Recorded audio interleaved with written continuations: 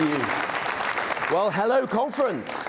And it is great to see you all today. Isn't Donna brilliant? Look, conference, we are going to get Donna elected as the first mayor of Hampshire and the Isle of Wight. Forget the King of the North, we're going to have a Queen of the South. And it's going to be Donna Jones. Now, I want to talk to you today about 4 famous blondes. 4 famous blondes who tell the story of the predicament that our party is in today and how we're going to get out of it. Because right now, it's true, it's tough being a Tory. 6 months ago, the Tory legend, Sir Michael Fabricant, went on the Big Brother house. He lasted 4 days. Last week, one of our party's most energetic campaigners, Emily Hewitson, entered the Big Brother house. She lasted 11 hours. She didn't even get to spend the night. And now, conference, I've heard that a 3rd Tory blonde is in negotiations to enter the Big Brother house. Liz Truss. But the negotiations have broken down, conference. She's asking to be paid by the minute. Too soon, perhaps. Too soon. Look, I'll come back to the blondes in a moment. But, conference, it's not all doom and gloom right now. Last month, I received some good news, courtesy, surprisingly, of Angela Rayner. Keir Starmer's emergency reshuffle, otherwise known as, remember, Phase 2. Anyone remember that? Well, I think Keir Starmer would like to forget it as well. Anyway, it led to a great privilege for me. I now shadow a new Justice Secretary, David Lammy. Now, David Lammy has a somewhat checkered past. You might recall his appearance on the BBC's Celebrity Mastermind. David Lammy, Celebrity Mastermind. You do not need to be a lawyer to know that that is a violation of the Trade Descriptions Act.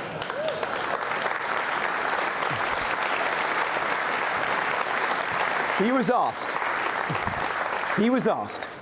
which famous blue cheese is paired with port? He replied, Red Leicester. It gets worse. It gets worse. Which Marie won the Nobel Prize for Physics? He replied instantly, Marie Antoinette. And my personal favorite, which monarch succeeded Henry VIII? His answer, Henry VII.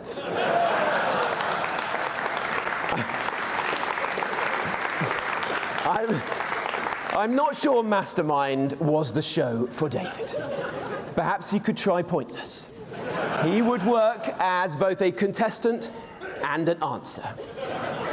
But look, in all seriousness, it is great to be here in Manchester, in the proud, historic city of Manchester, a city that has given our country so much, but which has also suffered great tragedy. Most recently last week, when Heaton Park Synagogue was attacked. It was an attack on all of us. Thoughts and prayers, yes, absolutely. But I don't know about you, but I'm fed up with platitudes. We've had enough of those, haven't we?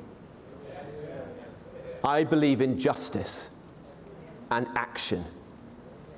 Whilst other parties have waxed and waned, I am so proud that our party, the Conservative Party, has always stood with our Jewish community. And under Kemi's leadership, I know we always will.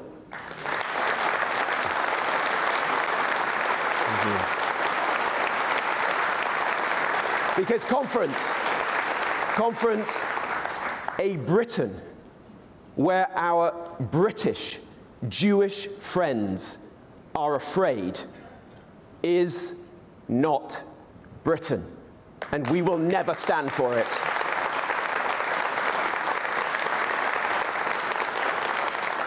Now, next year is the 30th anniversary of another devastating attack on Manchester. The IRA unleashed the biggest bomb to explode in England since the Second World War. In more recent times, long after the Troubles ended, IRA members used so-called human rights laws to sue the British government for compensation, while dragging our soldiers through the courts. To stop this injustice, the last Conservative government passed the Legacy Act. We took the side of our brave servicemen, the side of the victims, and above all, the side of the decent people of Britain. We refused to give in. That is something everyone in this room should be truly proud of.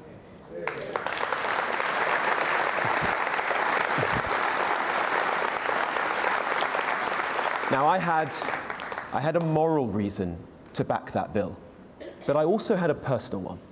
Like most Saturdays, my nan and granddad, Ivy and Sid, were here. They're in Manchester city centre when the bomb went off. And we heard about it back home on the radio, and we had an anxious couple of hours whilst we waited until finally we heard that my grandparents had arrived home safely and weren't hurt. Fast forward to today, and elderly veterans who risked their lives to protect us from terrorists like those who bombed this city face spending their dying days being dragged through the courts. Why? Because Labour wants to repeal our Legacy Act. It is shameful. Let that sink in. The last generation's heroes betrayed by this generation's sellouts. It's not right. It's not justice. And conference, never on our watch.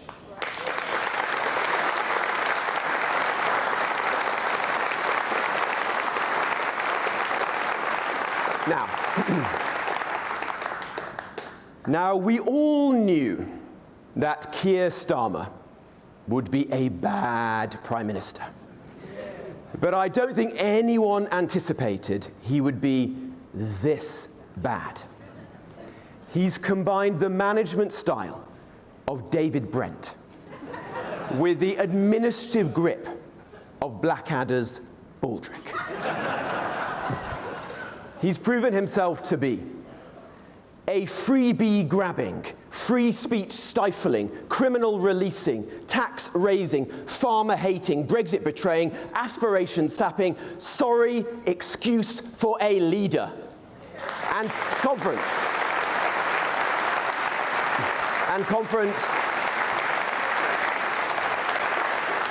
this is someone who makes a hole in the air look substantial. Peter Mandelson appeared trustworthy, and Mr. Bean looked like a model of competence and grip. But despite all this, and this might surprise you, I think we've got reason to be optimistic. And that's because, in ways that matter most profoundly, the fantasists masquerading as experts, are seeing their myths busted. The people got it right, while they got it wrong. Wrong on mass migration, wrong on free speech, wrong on net zero, wrong on two-tier justice. Make no mistake, the old order, it's collapsing. For too long, the chattering classes drowned out the voice of the people. Our job, conference, is to make sure that the people's will prevails. But it won't be easy. It won't be easy. Because right now, the gap between the government and the governed is wider than ever before. Ladies and gentlemen, let me give you one example of that great gulf. I present to you the Attorney General, Richard Hermer. Like one of those infamous mafia lawyers of yesteryear, Hermer always chose a particular type of client. Shamima Begum, Osama bin Laden's right-hand man, terrorists involved in 7/7. Since taking office, the advice we're told Lord Hermer has given to Starmer and his cronies, like to give away the Chagos Islands to an ally of China and to pay billions of pounds for the privilege. In each and every one of these incidents, he's wasted no time establishing himself as a useful idiot for our enemies. His rise symbolizes the central truth of Keir Starmer's government. Labour is just not on Britain's side. Why on earth? Why on earth, thank you, why on earth would Britain's Attorney General change the law to enable our country's enemies to sue the very government that he represents? Well, it makes more sense when you realize that another of Lord Hermer's old clients was, you guessed it, Gerry Adams. Gerry Adams. Not long ago, a man with his past would have had no place in mainstream politics. Now he sits around the cabinet table and he influences the biggest decisions about our country. The same cabinet table that the IRA tried to blow up in 1991. Shame on him, and shame on the man who appointed him.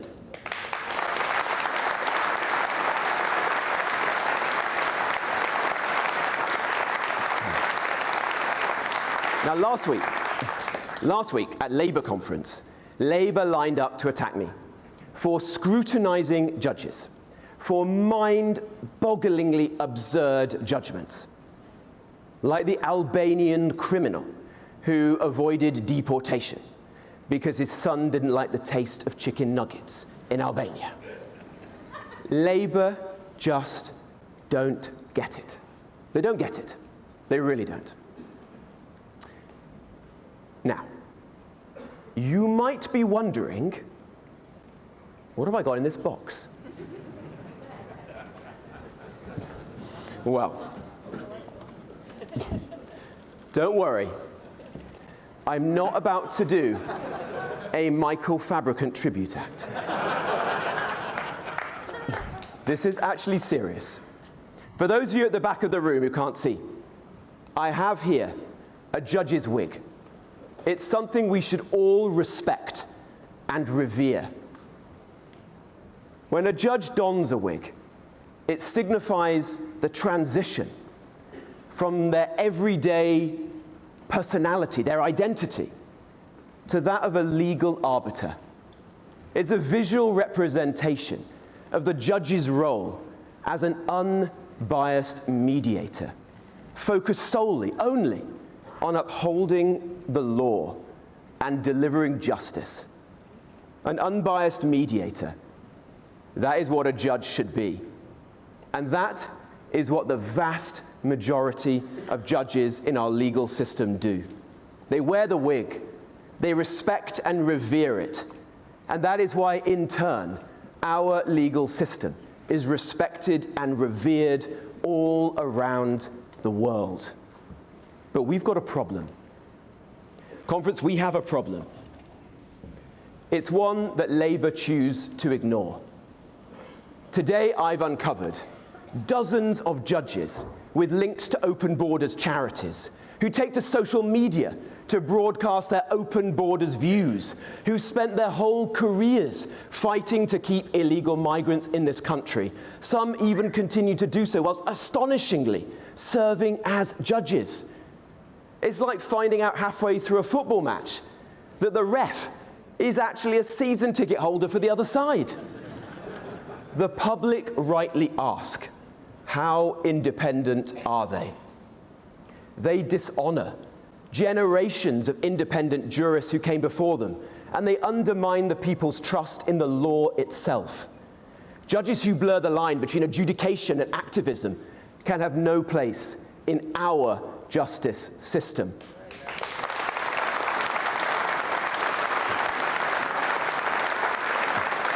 Which is why we won't just tinker with a broken system and reform immigration tribunals. We will abolish them, once and for all. And we won't stop there. We will restore the proper role of our judiciary, putting ultimate power back where it belongs, in the hands of Parliament and ministers, accountable to you, the people of our country. So I can announce today that we will restore the office of the Lord Chancellor to its former glory.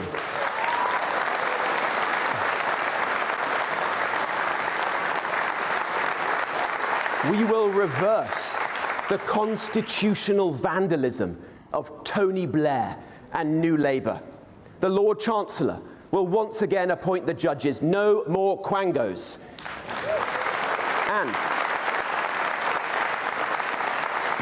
And they will be instructed never to permit political activists of any political hue to don the wig ever again.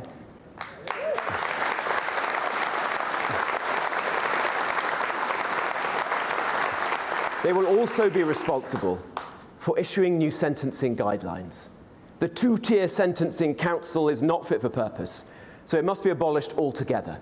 Never again will this country and our people face the prospect of two-tier justice under two-tier care. Every single person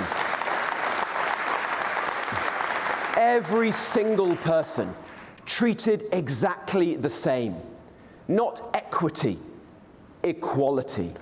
That, ladies and gentlemen, is the Conservative, no, that is the British way to do justice.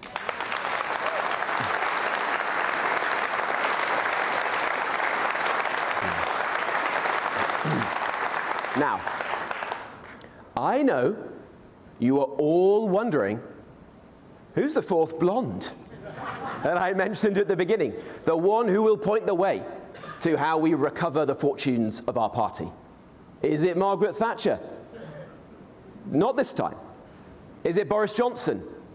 No. Lord Heseltine. Bear with me. As you can imagine, Michael Heseltine and I do not agree on everything. But he told me that when he was a young man in opposition back in the 1970s under Margaret Thatcher, he would wake up every morning and he'd ask his wife, how am I going to fight Labour today? And at the end of the day, he would lie in bed again and he would ask his wife, well, he obviously wasn't a very romantic man. Tomorrow, how am I going to fight Labour? Now, I don't say that to my wife in bed. But I do think it.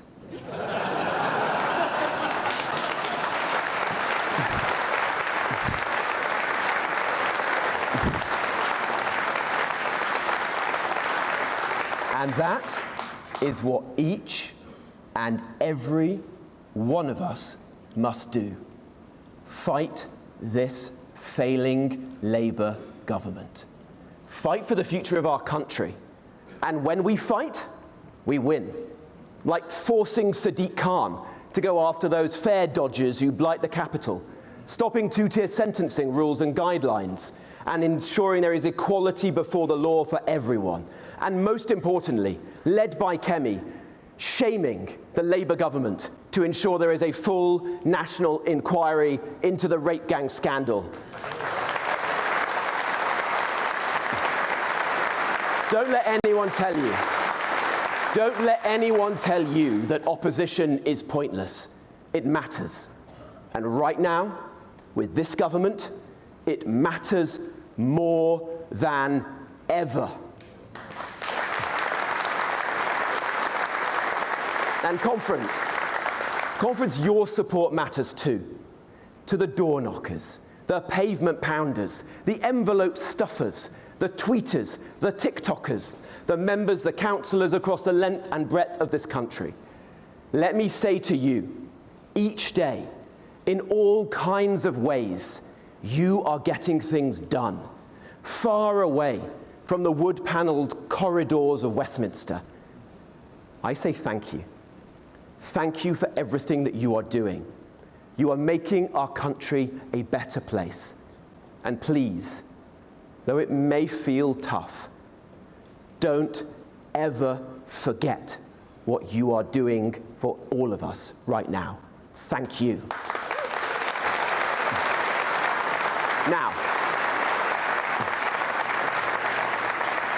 Now we all know that feeling when you've eaten too much and you simply think, enough. As those of you who've known me for a while will know, I used to feel that a lot more than I do today. But speaking to people out in the country, I think the British people are using that same word, enough. Enough of being overlooked. Enough of being treated like fools. They see it, don't they? When they watch freeloaders brazenly walk out of shops laden with goods they haven't paid for. They hear it when morons blast music in public places with utter disregard for others.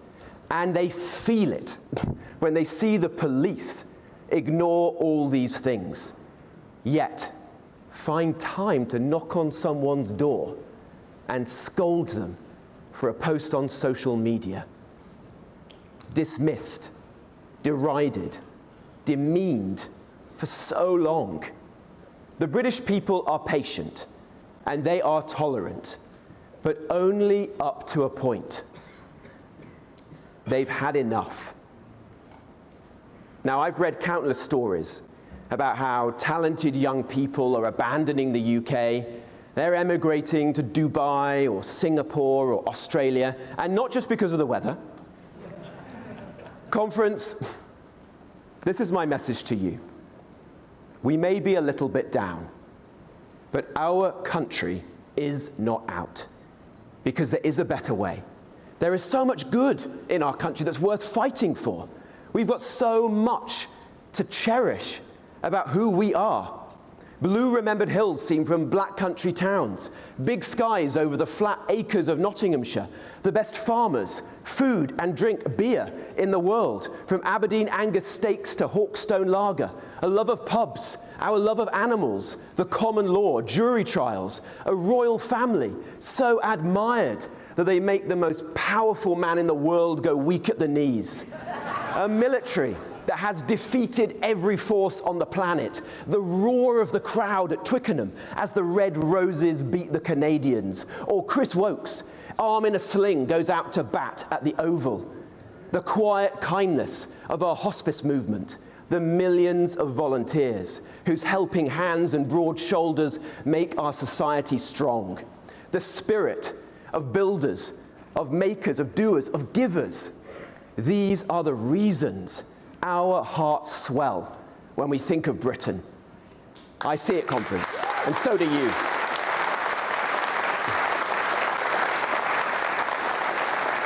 I see it when I travel around our country, even making the occasional video. I've developed a Michael Portillo-esque knowledge of Britain's motorway service stations. So if you're watching, hello to my friends at Greg's, at Peterborough North Services. You might see me later this week. But above all, as I've been visiting communities, I've asked a lot of questions. And I'm telling you, out there, the spirit is strong. I felt it when I went to Epping and stood with mums, local mums, sick of illegal migration and determined to keep their families safe. I felt it when I went out with tradesmen, gas fitters like my dad, sick of their livelihoods being wrecked when scumbags break into their vans and nick their tools and sell them in plain sight at the local car boot sale. I felt it when I talked to folk putting up flags, sick of their identity being sneered at. The collapse of the old order is in sight. A new one is coming because the British people are fighting back. And conference, there's absolutely nothing that Labour can do to stop them.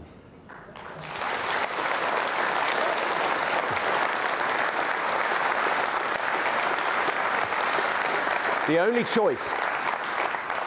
choice we have is whether we have the spirit to fight with them. Are we going to quit when the going gets tough? No. Are we going to dig deep and fight like never before? Yes. How long will our battle last? As long as it takes. Because Britain, for all its present flaws, is too precious to lose. Let me not see our country's honour fade. Let us see our land retain her soul, her pride, her freedom. Conference, every tide turns. I can feel Britain's fortunes turning. So let's pick ourselves up. Let's dust ourselves down. Let's draw on Britain's greatness to make it greater still. Let's fight for a better future. Let's build this new order. Let's take our country back. Thank you, conference. Thank you.